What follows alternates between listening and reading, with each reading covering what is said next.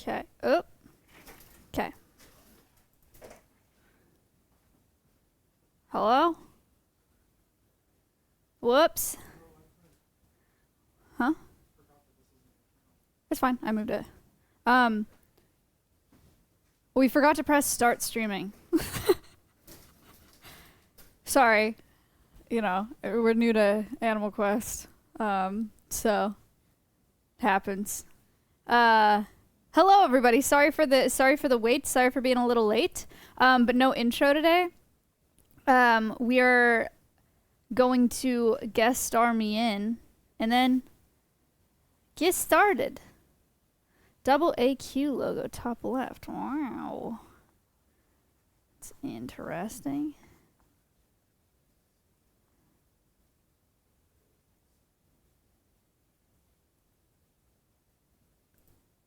There you go. No.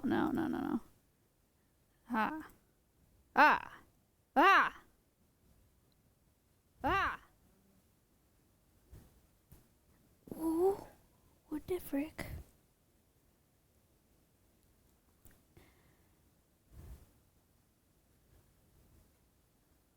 Hello. They can hear me, they can see me. Can you guest star me? You got the fish pillow? That's cool. Thank you so much. That's so cool. I saw you buy stuff this past week too. Thank you. Logan, you too. Unless it's a different Logan. I assumed it was this Logan. That was fast.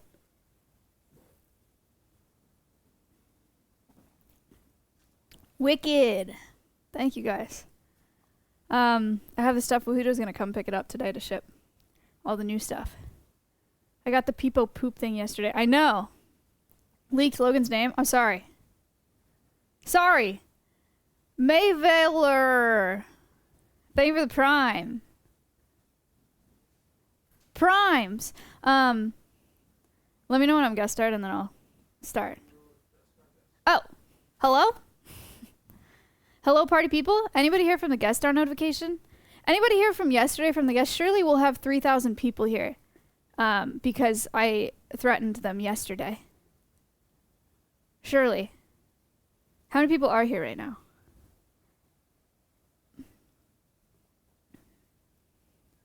I'm here from the notify. Hi, Umai.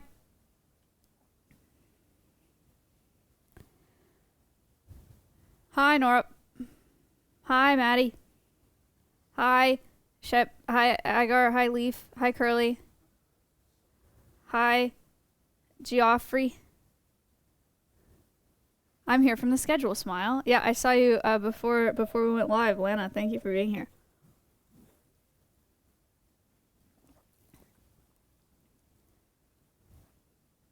Hi, Gamerly. Hi, Dave. Hi, BC. Hi, Aquamoth. I introduced my boyfriend to Alveus. Now all he wants is a Stompy plush. Well, it is your boyfriend's lucky day. Because one, you can still buy those. And two, today is all about Stompy. If he likes Stompy, you're here on the best day ever. Guys, welcome to Animal Quest. What did we call them? We didn't call them reruns because that sounds bad. Animal Quest. Welcome to Animal Quest Remastered. Where I go back through the Animal Quest that I've done, that I started doing back in 2021. The first Animal Quest I ever did was on the chickens. And so I remastered that one last month. The second one, Alex and Whoopi brought me here. Cool, Nudge, thanks for being here. Hi. The second one I ever did was on Stompy. At the time, baby Stompy. The address for Alveus is not public. We're not open to the public. We are in Austin, Texas. That's all you need to know. But the location's private. So the second Animal Quest I ever did was on Stompy, a chicken, the baby chicken at the time, October 18th, 2022. That's actually later than I thought, but all right. October 18th, 2022, we did Animal Quest Emu Edition, and today, January 23rd, 2024, we are doing it again. So if you weren't there back in October of 2022, you can be here now. And I'm going to teach you all about emus. Animal Quest is a series that I was doing on my main channel to highlight every species that we have at Alveus, and now it's on the Alveus channel to do the exact same thing. So it's just a presentation that I made to teach you guys about specific animals. Today, about emus. Are you guys ready? If you have questions, there's a Q&A segment at the end. So you can do, can they use a bot in here? You can do hashtag ask followed by your question. And I will check out the questions. Yes, to war. People pog, wow. All right.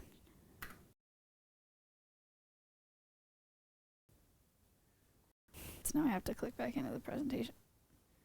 Oh, my favorite thing to do is find the mouse on, oh! Ah, leaked presentation. Leaked.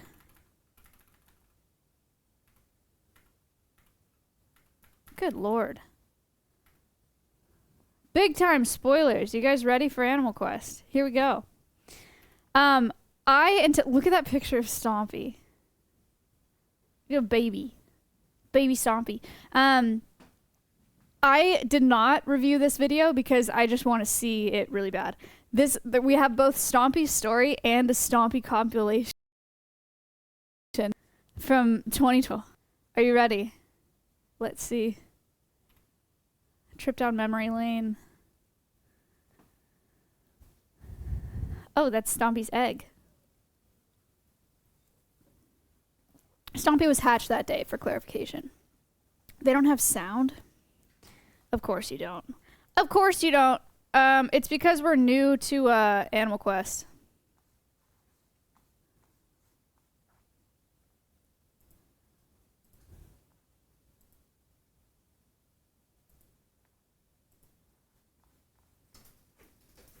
Try this on for size. Crap.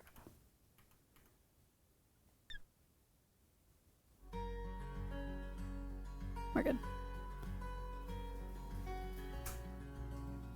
So, oh, that was me bald.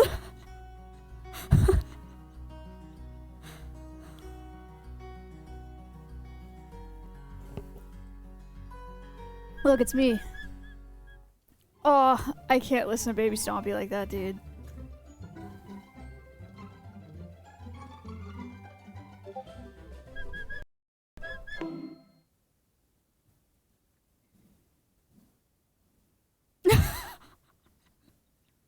I want that tattooed. Are you kidding me? No! This is when it all says she. This is before we knew.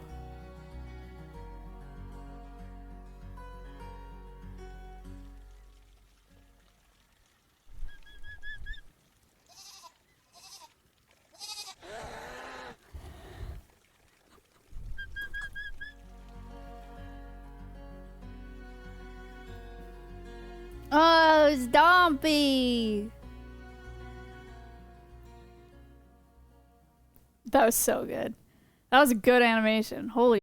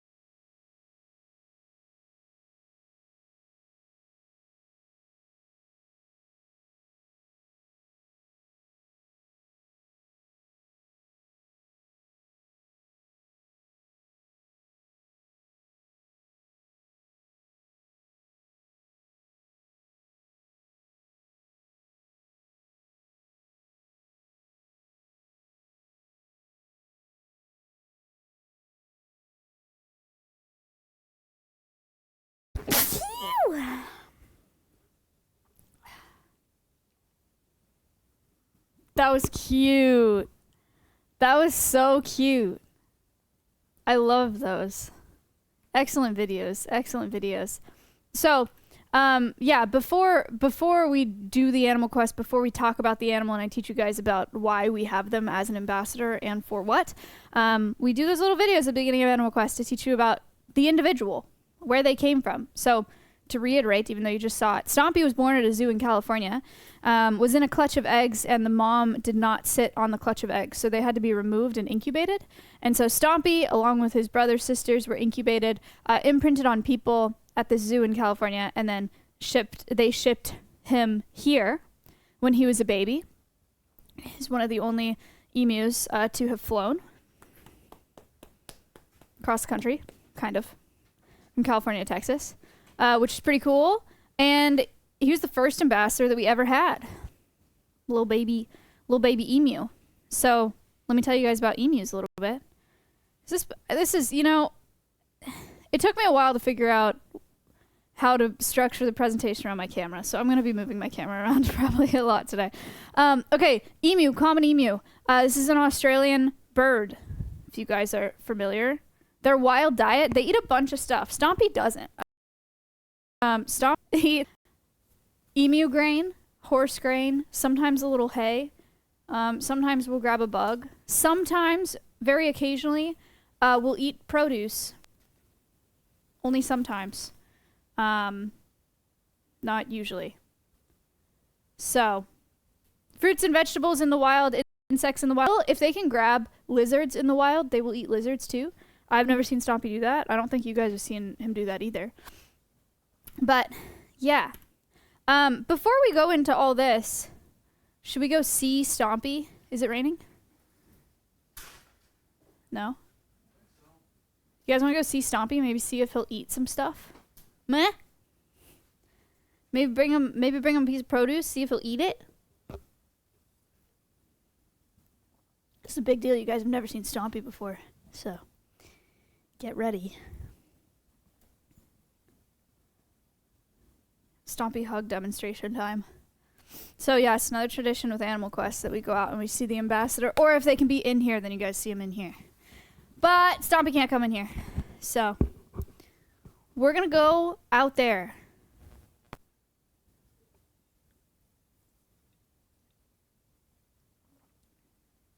Hi YouTube chat. Hello. Hi YouTube. How you doing? Burb, burb, burb.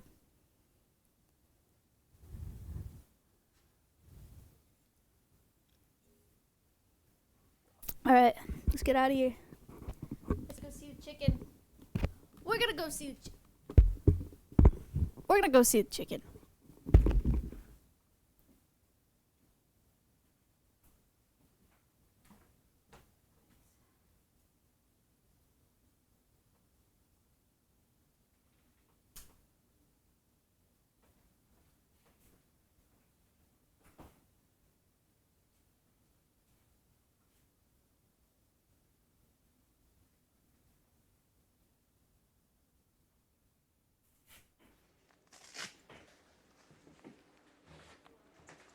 Hello.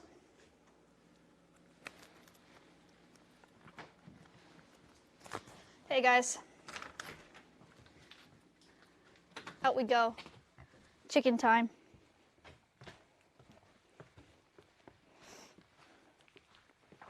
Chicken time.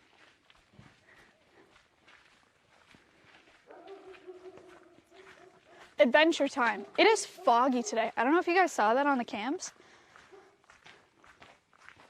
But check this out. What the heck? Isn't that kind of crazy? Oh, I forgot. Look, Stompy won't eat produce anyway, okay? We'll just go see Stompy and we'll do a hug demonstration for you. Instead of wasting produce that he'll grab and then he'll go. That's what he would do.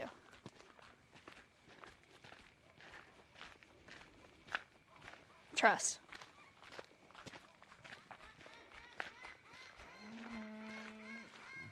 Baby cow. Bird. An edible ring would be very nice. Starg 167 just Starg, thank you for the sub. Okay. Let's see. Scanning for chicken. Scanning. Dude, it feels spooky out, doesn't it? With like the fog and those crickets, it feels like a swamp.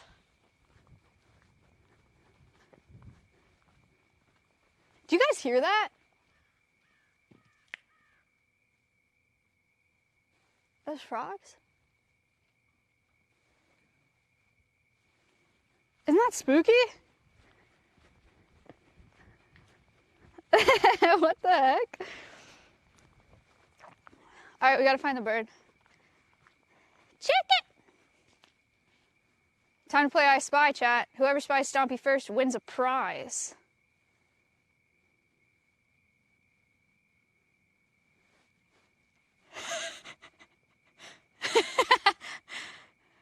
He's there. Hatsmarin and 2U donated $250 to charity. Huh? Who?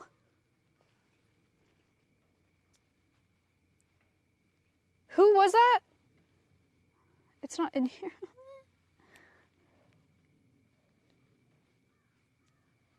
Who was it? That's Mr. Anon to you. Thank you for the $250 donation. That is so sick. Thank you so much. Stompy, you hear that? It's $250. He doesn't like when I yell at him like that. All right, I Spy. Who sees the bird? Me. I win the prize. I saw him first. Give me chicken. Give me chicken.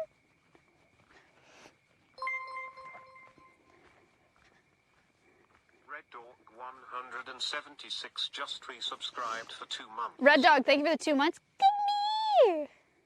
Me and Chicken had a little disagreement this morning. He pecked me, so then I had to move him away. But now he looks nice. Give me chicken.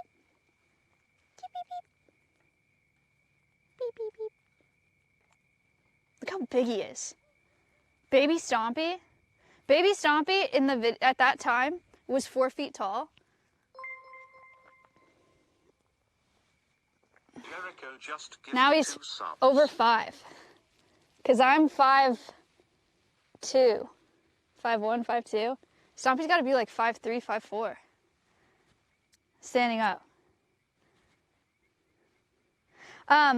So, actually taller, I know. Look at him. Look at him, so nice. I have some things to show you guys about this bird. Number one, look at him. Oh. Hello. Your Animal Quest is coming up later. Boots just resubscribed for 2 months. Got my Winnie plushie. Good. Thank you. Yes, that's Serrano. Okay. A bunch of stuff I want to show you guys on Stompy. This is actually... Rachel just resubscribed for 6 months. Thank you. Chicken. This is really good timing to come to the pasture because we're about to go into talking about prehistoric ties with emus. So number one, this is a dinosaur. We're going to watch a video that tells you why that's true. And we're going to do some skeletal comparisons, but I really want you to get a good look at this bird before we do those skeletal comparisons. Those toes. I'm going to talk about theropods, 3-toed, 2-legged, feathered dinosaurs. Stompy is just like those dinosaurs. Really cool. Another cool dinosaur-y thing about Stompy, number one, his wings are right here. They're not used for flying. And he's got claws. He's showing you the claws. He wants my... Did you see them? Could they see him? No! Look.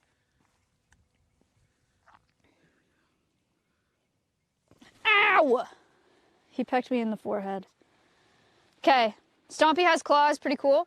Stompy also has double shafted feathers, so for every one feather shaft, there's 2 feathers, which makes for really great insulation.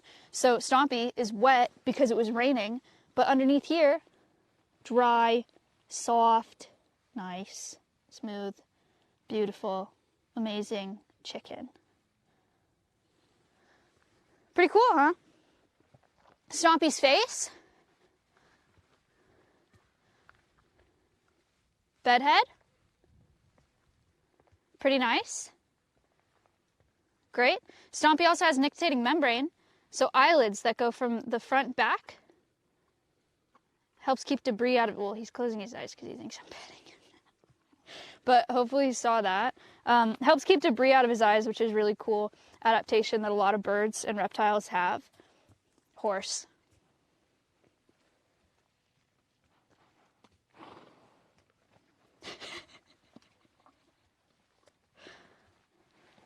Hello. Stompy also has super strong legs. Let's see if, hi bud. I don't think you can really get a feel for this, but like Stompy's leg starts down here and it's like, I can't put my hand around it because he's got a ton of leg muscle, super strong, can kick really, really hard. And they can run up to 30 miles an hour. 31 miles an hour is what I've read. So really, really fast birds as well. We're going to talk about how that speed has saved them in the midst of war in the past. And yeah, that's Stompy for you. You guys have any questions while we're out here with him? Or you want to go back and learn about the things I just told you about? There's a lot to uncover here. He's so nice. Beep, beep, beep. Beep, beep, beep, beep, beep.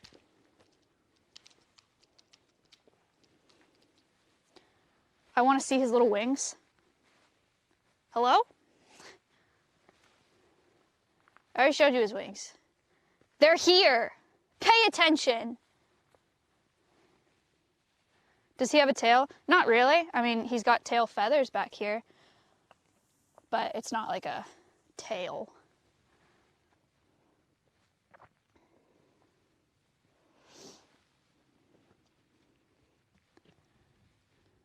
Do emus have a crop like some other birds? No, they don't. Good question. Does he use his claws? No. The claws on the wings are pretty pointless. They don't do anything with them. Can you show people the ears? Sure.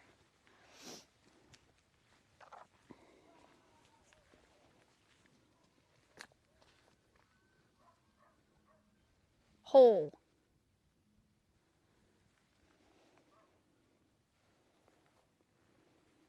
What do you think? He does have a cloaca. Hello.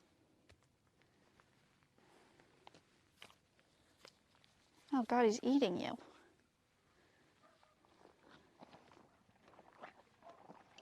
Max speed, about 30 miles an hour. All right, let's go up and I will teach you more about Stompy. Stompy, do you have anything else to say before we go up there and do your animal quest?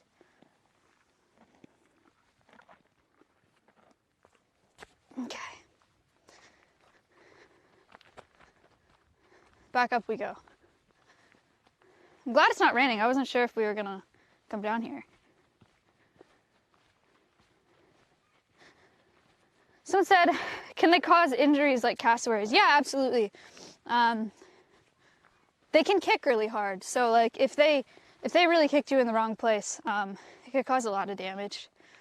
They can also peck pretty hard, but like not, like they couldn't like break anything with them pecking you. It's just really, it can break skin, and is annoying and hurts.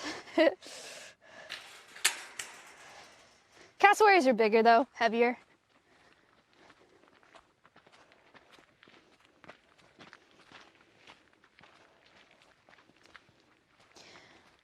Does he think he's a human because he's imprinted? Good question. So yeah, all of the animals that we have at Alveus are non-releasable, Stompy being one of them.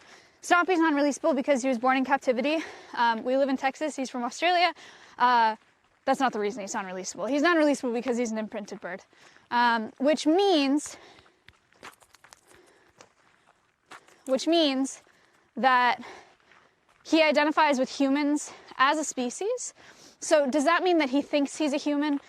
It's not really that. It's more just that he identifies with humans as his species, you know? What to be safe around, who to learn from, where to get food from, that kind of thing. So if we released Stompy, or Stompy was let out with a bunch of other emus, he would be very, very confused. He doesn't know how to engage in like social aspects of being an emu, you know, would not know how to take care of himself in the wild, would definitely be unsuccessful if he was released into the wild.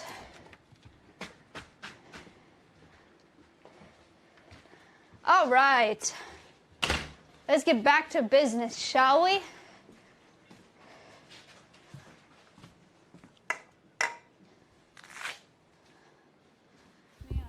Thanks for coming with me on a field trip. Good mini field trip. Good mini field trip.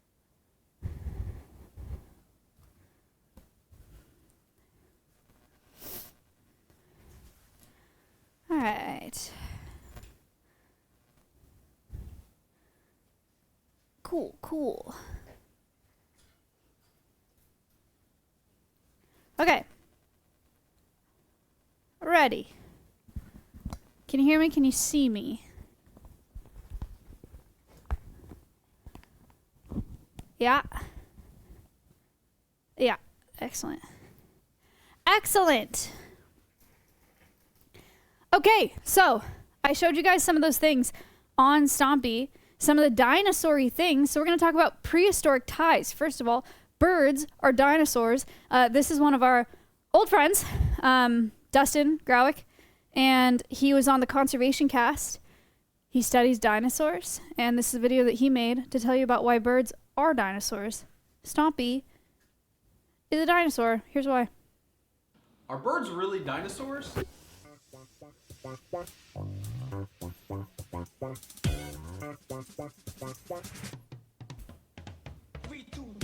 Yes, birds are really dinosaurs. I know that's kind of a crazy thing to wrap our heads around, but if we look at the evidence, it starts making sense.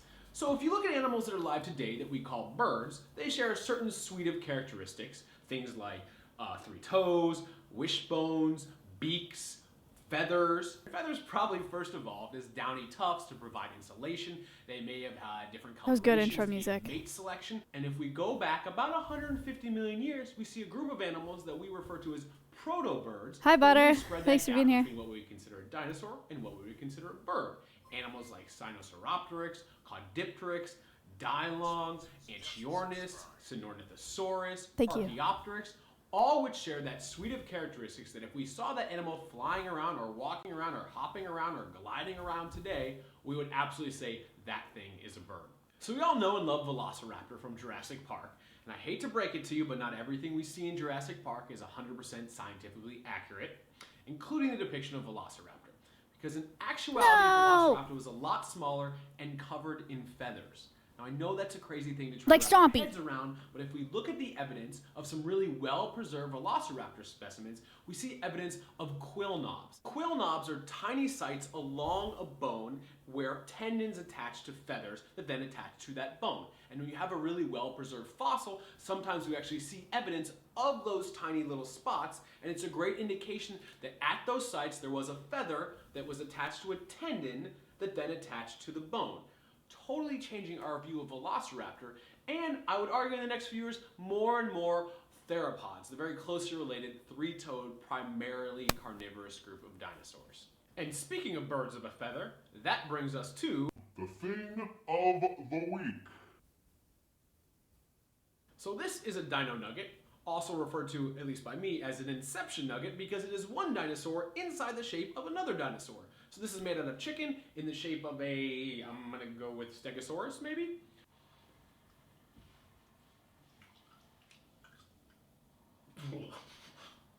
So just to recap, in a similar fashion to the way humans are a specialized type of primate, birds are a specialized type of dinosaur. So when you sit down and eat chicken nuggets for lunch, dinosaur. When you eat Thanksgiving dinner with your family, dinosaur. When you think about the American symbol of freedom, the bald eagle, dinosaur. And when you look out your window every single day and see a pigeon or a robin fly by, that is a dinosaur. As always, don't forget to leave your questions and comments in the sedimentary layers below.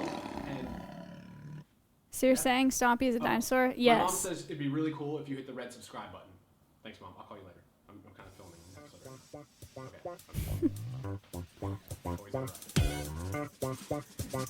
Is that good? 3, 2, 1. And remember, whether you're searching for dinosaurs, asking questions, or simply scooping ice cream, never stop digging. Nice, huh? Cool. So, yeah, Stompy is a dinosaur, and so are our macaws, and our little parrots, and our crows, and our chickens. But out of all the birds that we have, Stompy definitely resembles a dinosaur the most. Stompy is a ratite. That is any bird whose sternum or breastbone is smooth, raft-like, because it lacks a keel. So they don't have a keel like our birds of prey do, like our chickens, like our parrots, because that's where flight muscles are anchored. These birds can't fly. So Stompy is in the family with ostriches. Not a surprise, looks a lot like an ostrich. Kiwis, rheas, cassowaries. Big, non-flighted birds. I guess kiwis aren't that big, but you know, it's the rat-type family.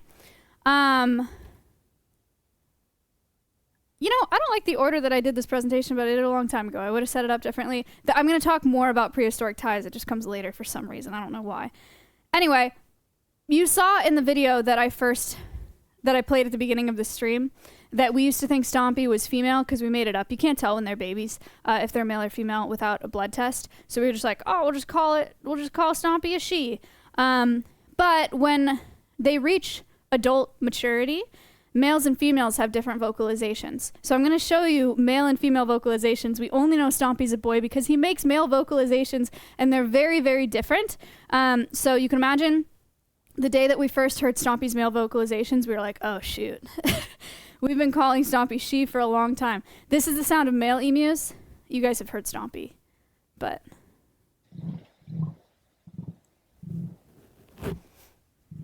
kind of echoey. Kind of growly.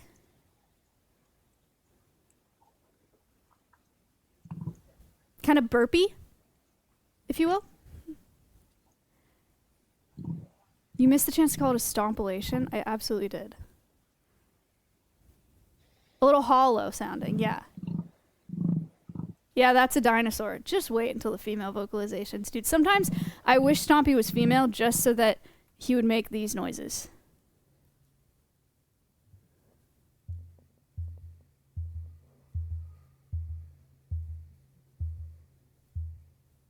Drum. It's called drumming.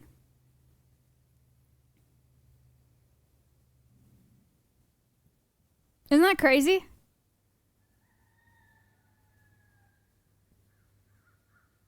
Very cool. Yeah, they make echoey drumming noises.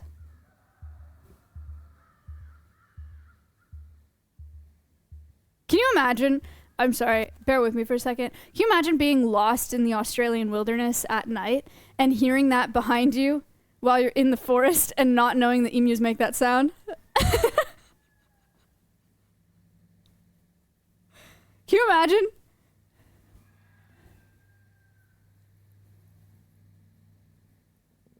Anyway, it's a little quiet in the video, but for those of you who heard it, or for those of you who did not hear it, it's a really, really low, echoey drumming, rhythmic drumming noise. So the females make that noise, the male make like a growling, burping noise. So we know Stompy's male because he makes those. Can you play it again?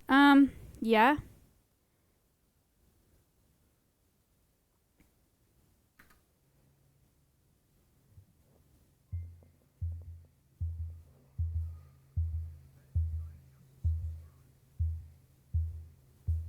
You hear that? Space, can you open the door? Or not? Never mind.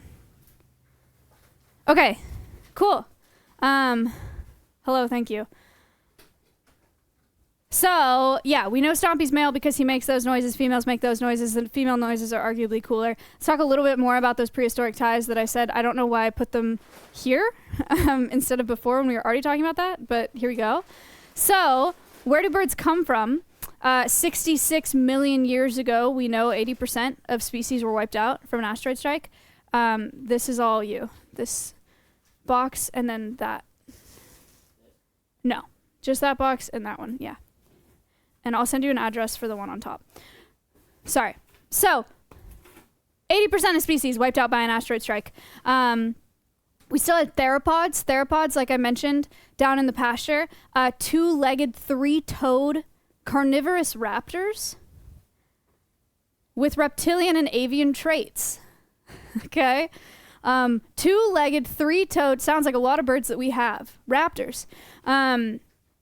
We have over 10,000 species of birds today. Modern species of birds. They are all evolved from the theropod family. They're all dinosaurs. Okay? Look at this. Look at a couple things here. Upper right, or upper left, sorry. Theropod foot, Stompy foot. It's an emu foot. I took a picture online, but Stompy's foot looks like that too. And then those are some examples of foots. Birds. Cool. Yes, raptors have primitive feathers too. A comparison. This is an emu skeleton, a modern day emu. So this is what Stompy's skeleton looks like on the left. And this is a terror bird on the right. They look strikingly similar. Strikingly similar.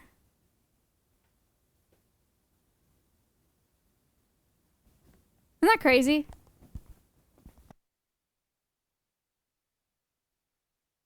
The only difference between, not the only, but the biggest difference between these two skeletons, these two creatures, is terror birds were slightly larger.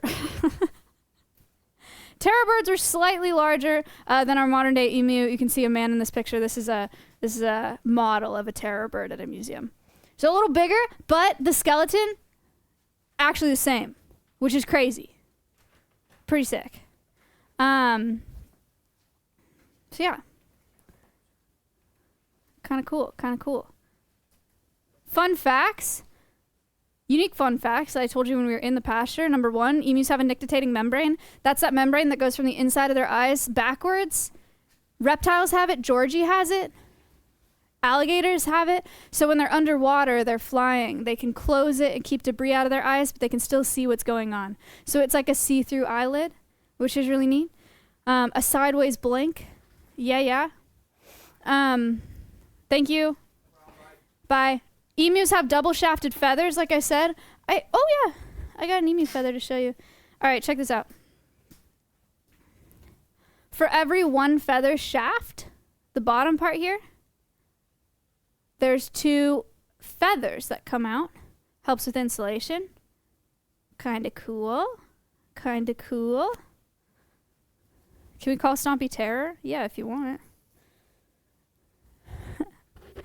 An emu's brain size is 0.06% of their body mass. They're really, really big birds, but have pretty small heads. So their brain mass is pretty low. Pretty small compared to their body size because it's a big bird. Emus ingest pebbles, charcoal, sometimes other materials to help grind food in their gizzard. A lot of other birds will do this as well. Chickens will eat pebbles and stuff because they have a gizzard. It's like a little pouch where they eat hard things and it grinds it up. So that helps with digestion. So if you see Stompy eating little pebbles, that's why. Chicks of many bird species are attracted to shiny things. Here's the theory for why birds like shiny things is because they're supposed to be attracted to novel water sources. So if they see something shiny, they're like, ooh, new water, fresh water, yum.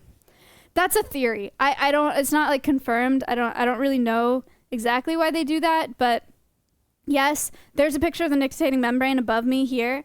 But then, yeah, Stompy swallowed my ring when he was a baby, and had to get it endoscopically removed.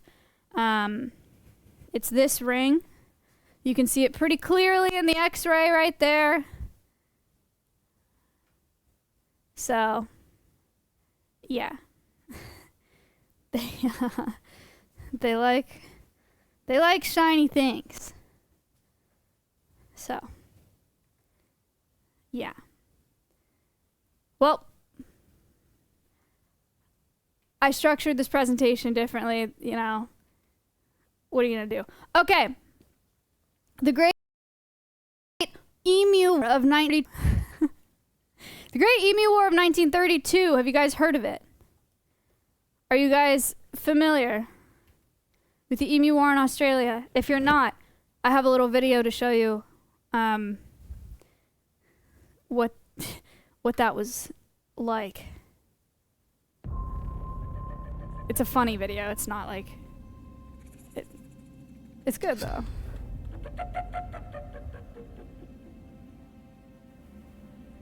Pac-Man, thank you. It's an attack. Listen, I know a way out of here. I can save us.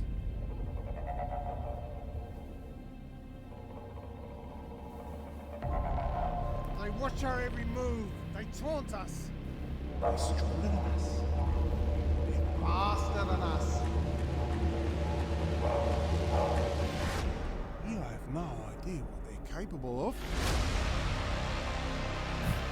This is immoral. This is genocide. Is this an actual movie? No, I feel like it was like a film project, like a trailer, like a school project or something. It's very good.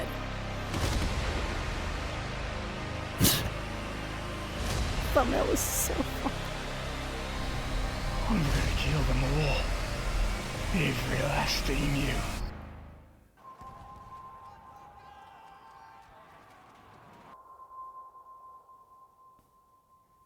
Wait, there is a short film. There's a 30-minute short film. We gotta watch that. Wait, movie night? We gotta do a movie night? I didn't know. Okay, so that was a joke. Okay. It was just a movie trailer for whatever. But there was an Emu War in Australia in 1932. Australian farmers were given a bunch of land after the war. And emus were agricultural pests at the time. Will eat a lot of things, like I mentioned. They'll eat bugs, they'll eat grains, they'll eat fruits, they'll eat vegetables. And so they were an agricultural pest, and they were ruining all the land that was given to these farmers. And so Australia had a Minister of Agriculture, but the farmers were really mad, and so they went to the Minister of Defense instead. And they were like, we need to go to war. So the Minister of Defense was like, yeah, fine. So they went to war. And here's how it played out. November 2nd, 1932. Around 12 birds were killed. There were 50 observed. The point of this war was to take out big guns and cull emu populations to save their agriculture crops. So they found 50 birds, and they went out to kill them, and they managed to kill 12 of them. That was on November 2nd. On November 4th, they went out again. They found 1,000 emus out there, and they killed about 12. Because their guns were jamming, and the emus were fast, and what are you going to do? November 8th, 4 days later, they went out again. They decided that because the birds were so fast, they would take the guns in moving trucks. So they got in the back of the trucks with machine guns. They tried to shoot them with the trucks, but they were unsuccessful. I read that they used over 2,500 rounds of ammunition and managed to kill about 200 birds. So then November 13th, about a week later, they went out and they tried again. They're like, this time for sure. And they went out there and they managed to kill another 40 or so emus, just wasted a ton more ammunition, a ton of people's time. And the Minister of Defense was like, I'm calling it off. So that's why people make the joke that Australians lost a war to emus, because they had to call the war off because they did a lot worse than they expected. Emus are very fast, evasive maneuvers. I don't know if you've seen Stompy. He runs around. So that's the Emu War. little history for you.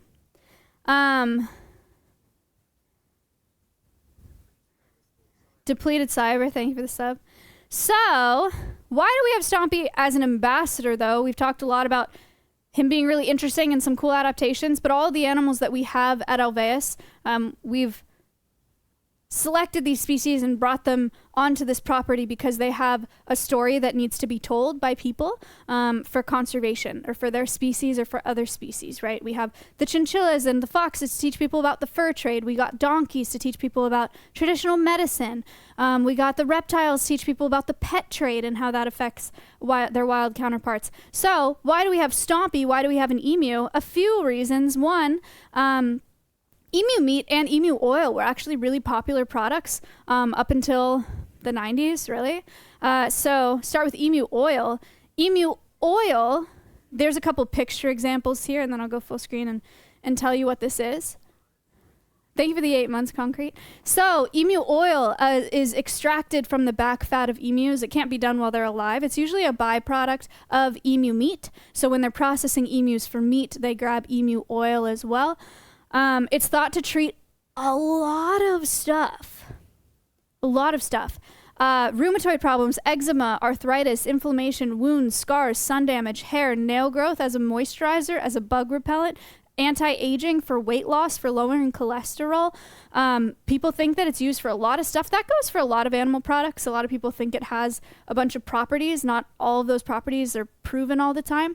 I couldn't tell you for sure about emu oil and how proven those properties are, but it was really popular for a time. Blue emu is still sold, and it was more popular when emu meat was more popular because it's a byproduct. Emu meat, popular in the 90s as a leaner red meat alternative. The number of emus, though, that were farmed in the US declined by 72% by 2015. And that's because of reduced demand. The emu industry was in competition with the poultry and the beef industry, and just way more people eat poultry and beef than emus. So they couldn't keep up.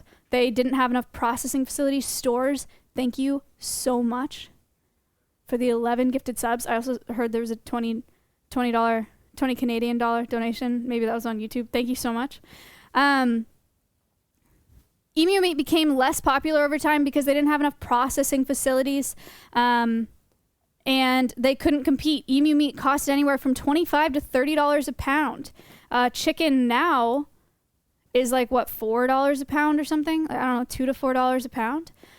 So they just couldn't compete. It's not like chicken. It's like a lean red meat. It's not like chicken. So the emu meat industry got pushed out. So they used to farm emus for meat. Luckily for emus, it never really affected their wild populations. Never really affected their wild counterparts. But a lot of species are not that lucky when it comes to exotic meats and products from exotic meats. So we have the exotic meat trade as a whole. This is the main reason why we have Stompy, is kind of a segue to talk about, people used to eat emus. People eat a bunch of stuff, actually. The exotic meat trade is mostly found in wet markets, which are fresh meat produce and live animal markets, sold in open air environments. Very little regulations here. Also, open air environments make a great place for bacteria and diseases to grow and spread. And with live animals and meat and all that, it's just a really dangerous place to get sick, both for people and wildlife. So in these pictures, you have some like live snakes. There are live pangolins here, pangolin scales, bones. People use a lot of these products for medicines and for consumption. So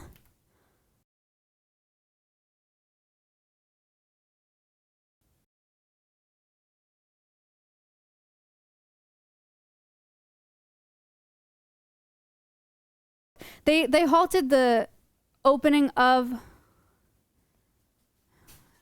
Am I offline? Oh, back. They disallowed opening wet markets during COVID or like at the very end of COVID. I need to read up on where that's at now. So this was made in 2022, but here's the poll from 2022. How many new wet markets open in China each year? How many new wet markets open up in China each year? If you want to participate in the poll, you got to be in Twitch. Sorry, YouTubers, YouTube folks. But you can type A, B, C, or D. Do you think it's 100 new markets a year? Do you think it's 3,000 new markets a year, 7,000 new markets a year, or 10,000 markets a year?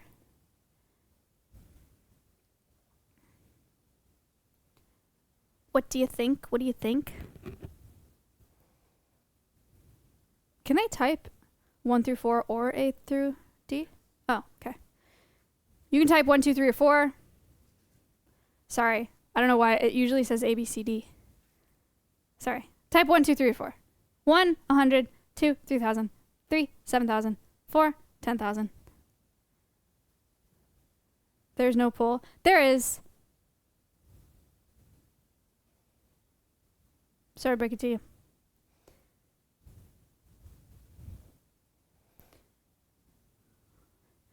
All right. Looks like most people think the answer is number 3, 7,000. It is 3,000 new wet markets a year. This was in 2022. So that's a lot of new wet markets. Species threatened. So within these wet markets, what percentage of mammal species protected under the CMS are used for wild meat consumption? So what percentage of animals protected under the Convention on the Conservation of Migratory Species of Wild Animals are used for consumption within these wet markets? Do you think it's 20% of the 70% of the animals protected, or 100% of the animals protected are used for meat consumption?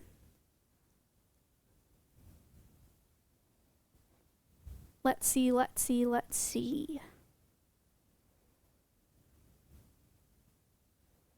Lots of people saying 3, looks like. Lots of people saying 70%.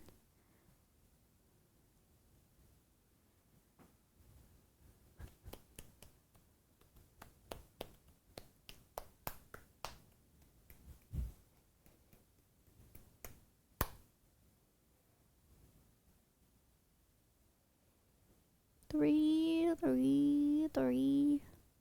All right, most people think it's 3, 70%. You are unfortunately correct. 70% of the mammal species protected under the Convention on the Conservation of Migratory Species of Wild Animals are used for wild meat consumption through wet markets. So, like I said, wet markets are pretty gnarly from an animal welfare perspective as well, because there's not a lot of regulation and there are animals being passed through there, both for the pet trade and for consumption, and for whatever else.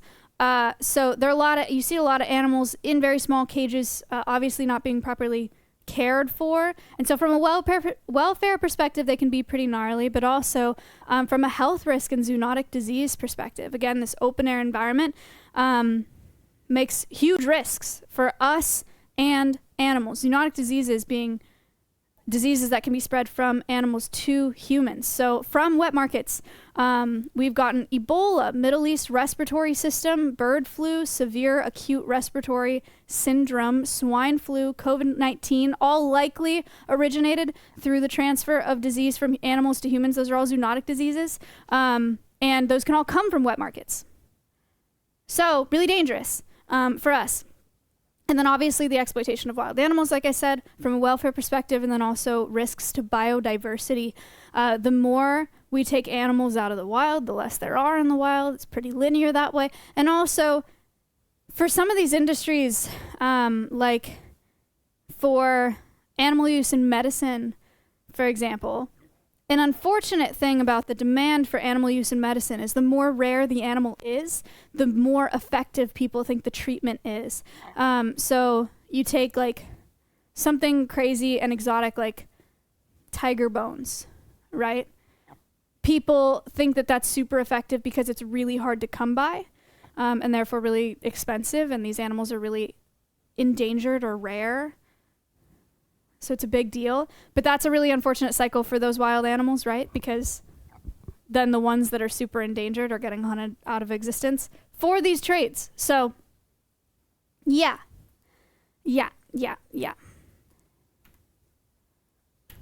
So, recommendations. What can you do then after learning about all of these things? Okay, number one, know where your food and medicines and cosmetic products come from. So be aware if your cosmetic products and your medicinal products have animal products in them.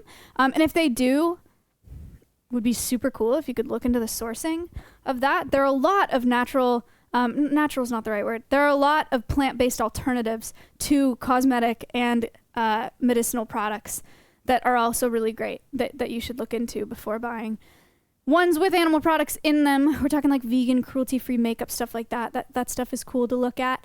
Know where your food comes from. I don't think many of you are eating exotic meats. We're probably mostly eating poultry and stuff like that. But just avoid exotic meats, especially if you don't know the sourcing of those meats. Exotic furs, fees, etc. So like mounts, furs, necklaces that have teeth on them, necklaces that have weird bones on them, furs for sure also. So avoid those because those support the industries that I'm talking about right now. Acquire your pets responsibly.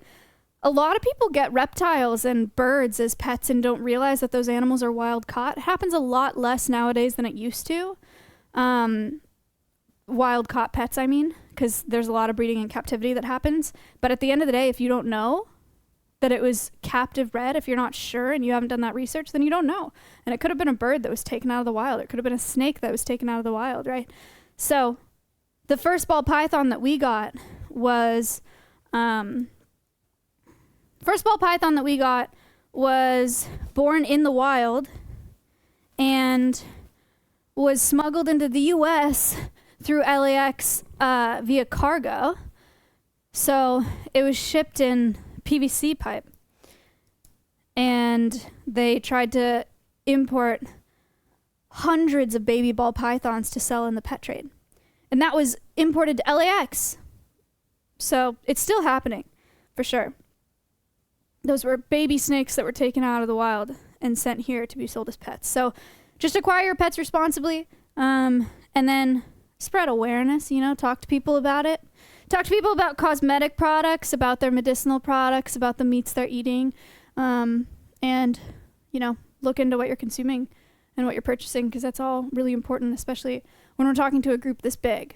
That's the biggest thing that you can do, is be aware of that yourself and then tell other people about it. If you're able to. That's my Animal Quest.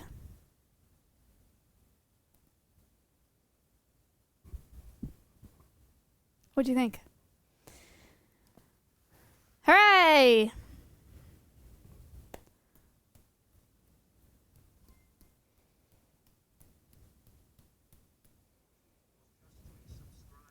Haunted Paws, thank you. I'm gonna take some questions now.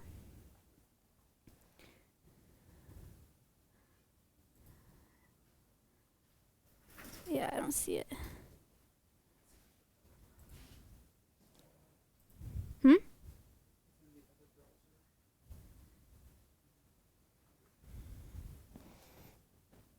I gotta pull up the question bot.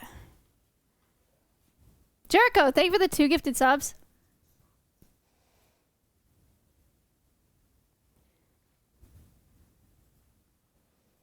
What's the mist to the left? It's a humidifier.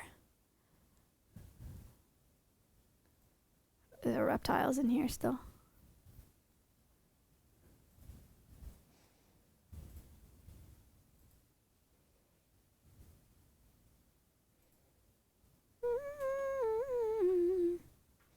Thank you.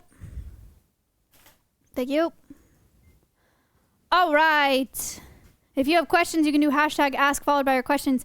I'm going to do a little Q&A. I'm going to answer what I can here. Xano, thank you for gifting. All right. All right. Okay, we got from Geoffrey, what does Stompy eat if not produce?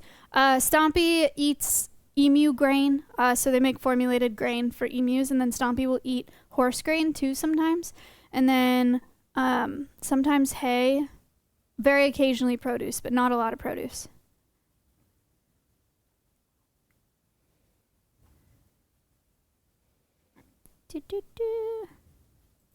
Good question. Mr. Fancy Pants said, can he move his claws or is it just passively hanging? I don't believe they have any movement of those claws. I think they're just there. Like they can't move it like a finger, if that's what you're asking.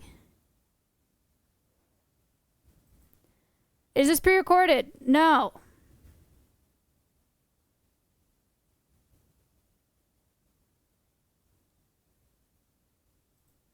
Do emus make good livestock guardians? Elise asked. I've never really heard of emus being used as livestock guardians, but from my experience with emus, not just Stompy, I would imagine no. No, I don't think so.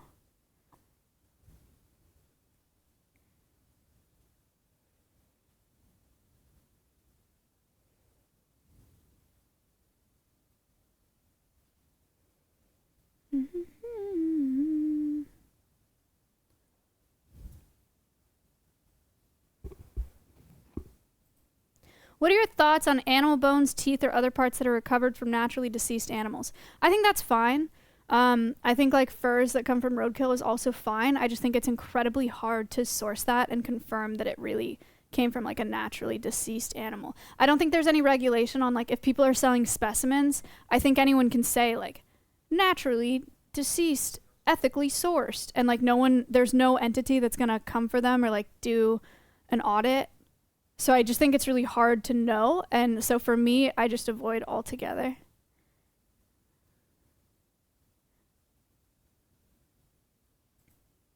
Jan said, how does Stompy cope with being the only emu at Alveus? Does he get lonely? Interesting question.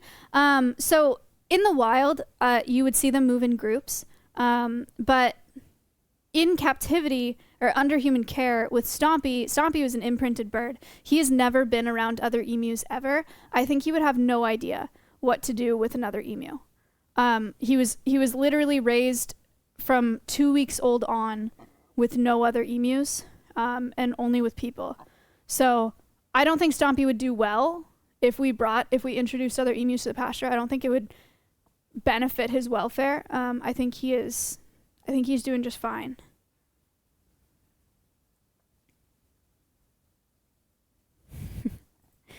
Can a person, maybe a smaller person, take a ride on Stompy? Physically, I think Stompy could hold up an infant.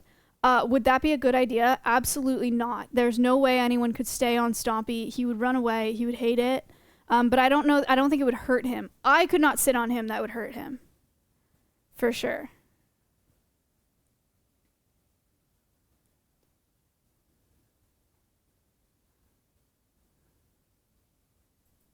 How do Mika the Mushroom said, how do emus make babies if they both have cloacas? So birds breed via cloacal kiss. So they will essentially rub cloacas together, and they'll lay eggs out of that cloaca as well.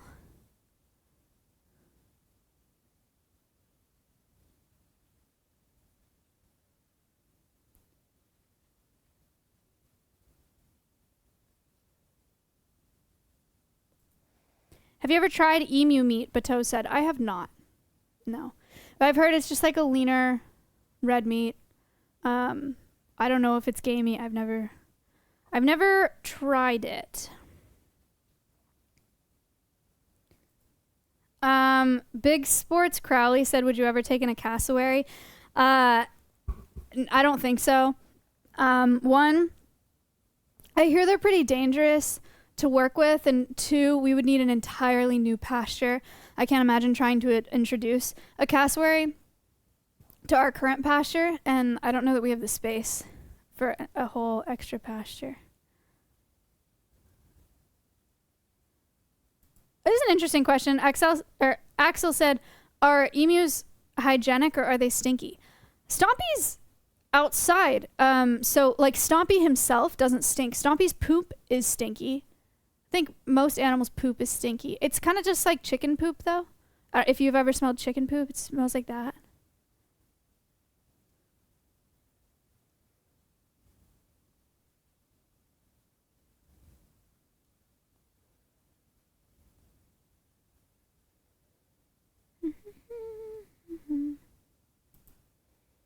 SB said, do you know what happened to Stompy's siblings? Most of them are still at that zoo in California. I think one got transferred to another facility. I don't remember where in the US. I think also in California. But the rest of them are still at that zoo in California. I met a bunch of them as adults.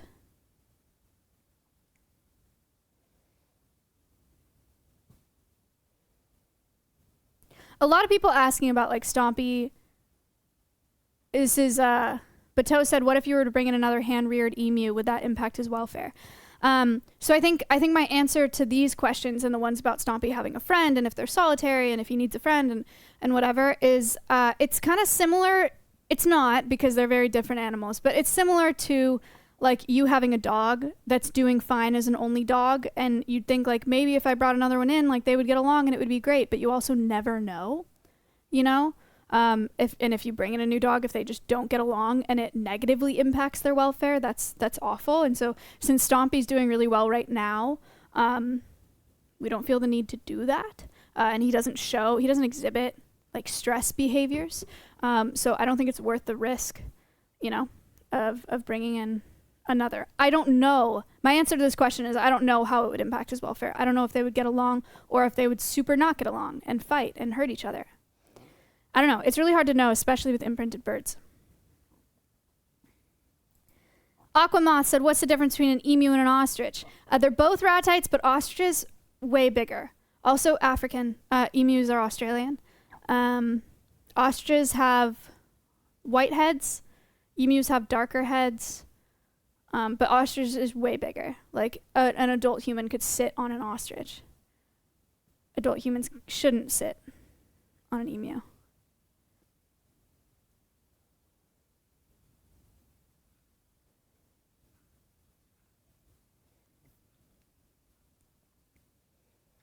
Pluto's Universe said, do all emus like water or is Stompy just weird? From everything I've seen, it seems like all emus really like water. I won't say all. I'm sure there are some that aren't into it. But every emu I've ever known, and I've seen a lot of videos and stuff of emus that just like love being in water. So no, I don't think Stompy's weird. I think that's an emu thing.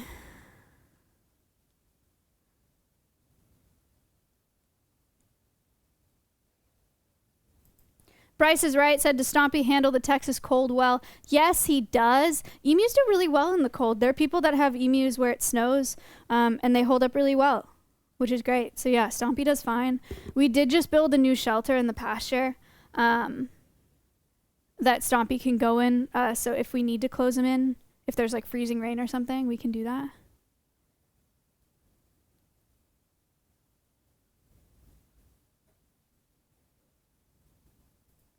Does Stompy ever use his swimming pool by himself from Large Yellow Duck? Unfortunately, Stompy is a bit of a social swimmer. Stompy needs a lot of encouragement to get in his pool. So he does not, he doesn't go in on his own.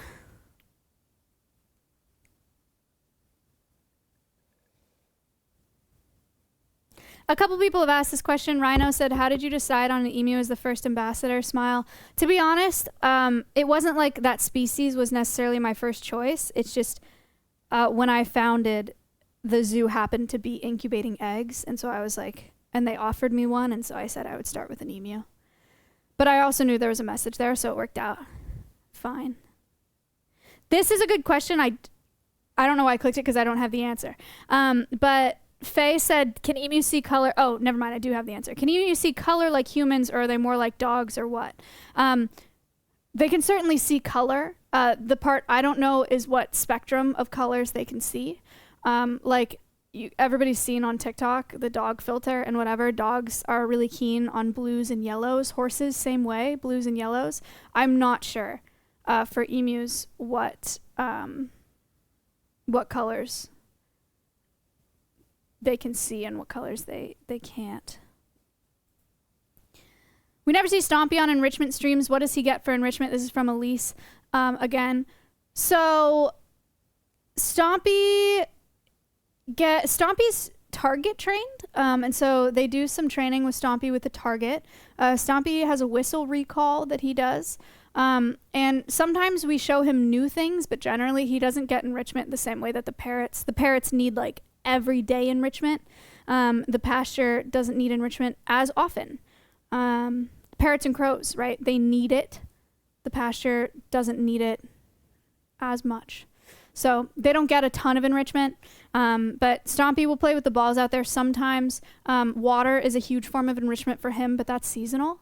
So he gets that in the summers often. Baths, splash pads, car washes, slip and slides. But in the winter, not a ton. Yeah, we've done bubbles with Stompy before.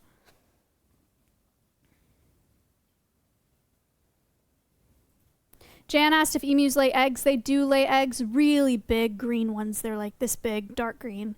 Beautiful eggs.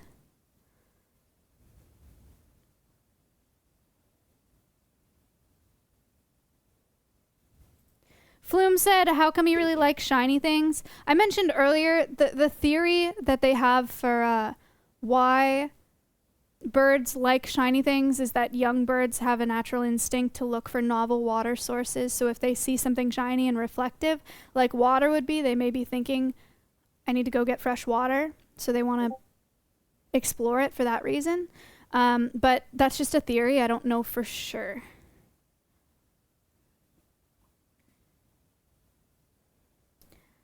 Botched asked if emu eggs are delicate. I would not describe them as delicate. You can like knock on them. And they're very large.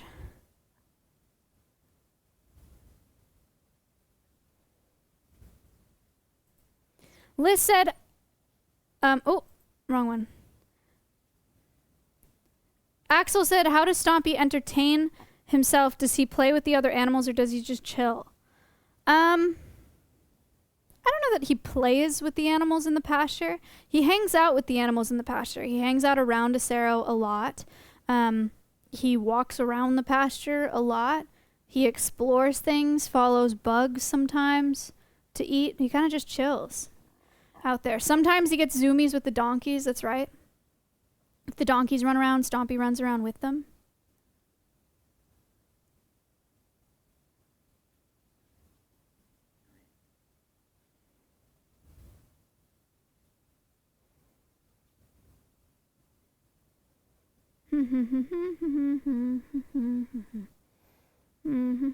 All right, couple more questions and then we will call it a day.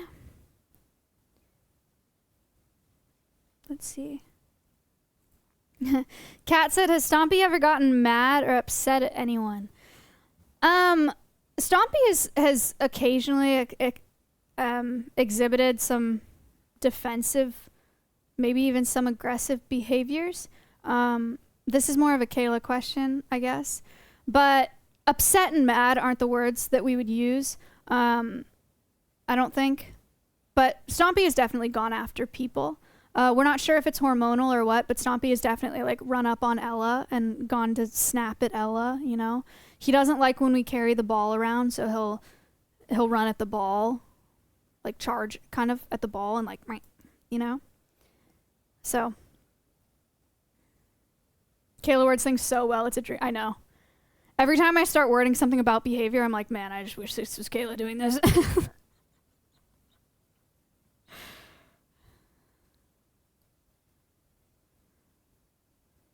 All right.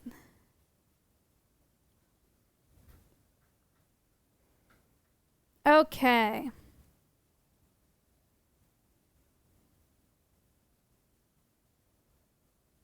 Let's see. This is an interesting question. I cannot answer this for everyone at Alveus, but I guess I can answer it for myself. Which do you find more challenging? Caring for the animals like the parrots or foxes, or the bigger animals like Stompy and Winnie. They said smarter animals like the parrots or the foxes. I actually think Winnie is super smart. I find parrots, I'm not the one doing animal care, but if I were to have a pet, I think parrots are exceptionally hard to care for. I think they have very, very complex needs. I think they have a lot of complex feelings. And I think they're really hard to read. Maybe foxes feel easier to read because they're canines and like some of that behavior is more similar to dogs, and that's something we're more familiar with, but it's really hard to read a bird. You have to spend like years around birds to kind of get a vibe for what means what, you know? It's also because they don't have like a flexible occipital ridge like we do, right? Like we can move our eyebrows and they just, you know, parrot face looks like a parrot face all the time. So you have to learn to read those behaviors. They also get stressed very easily. They need a lot of enrichment. They need a lot of variety in their lives to remain happy in captivity, or you know, feather plucking is a problem that they have. I think that the pasture animals are hard to care for in that mucking, the girls muck every day and it's a lot of work. They produce a lot of waste and they need a lot of space and they need a lot of food. So there's a lot of like heavy lifting going on in the larger animals like the pasture. But so physically, maybe the pasture, mentally, definitely like parrots and foxes. I don't know why parrots and foxes were grouped together. They just were in this question. So, all right, last question. Milu said, does Stompy have a favorite ambassador? Acero. He's not an ambassador, so no. So no, he doesn't.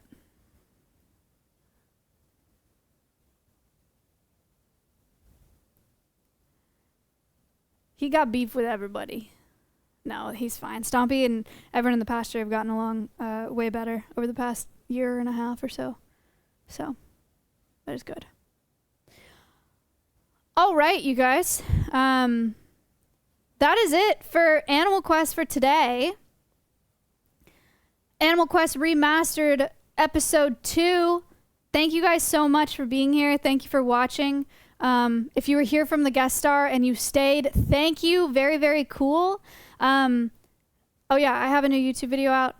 It's on Alveus stuff. It is doing what Twitter wants for the day with the animals. If you go check that out, that would be awesome. But yeah, good stuff. Thank you guys for being here. I appreciate it. We are doing Animal Quest Remastered once a month. It'll be on the command schedule. If you want to know when to be here, Glorbus, check out the schedule. So you can write that down. Write that down. I'm sorry you missed it though. But yeah. So you can look at the schedule. We are doing Animal Quest Remastered every month and once a month. And then today is Tuesday. Oh yeah, or command update. You can get push notifications on your phone through the website if you want to know when stuff is happening. We obviously have the live cams 24/7, so it's hard to know when something's actually going on when someone's on stream like this. So if you want push notifications, you can get them from the website, which is pretty cool. Pretty handy as well. Thank you. Today is a Tuesday, so there should be a Keeper Talk today. And then I will see you guys tomorrow for Variety Wednesday. I think we're going to do Streamer Awards voting tomorrow. So, yeah. Cool. Thank you guys so much for watching. I'll let you get back to the live cams. Say hi to the animals for me. Give Winnie some grain or something. I don't know. Goodbye. Goodbye. Goodbye.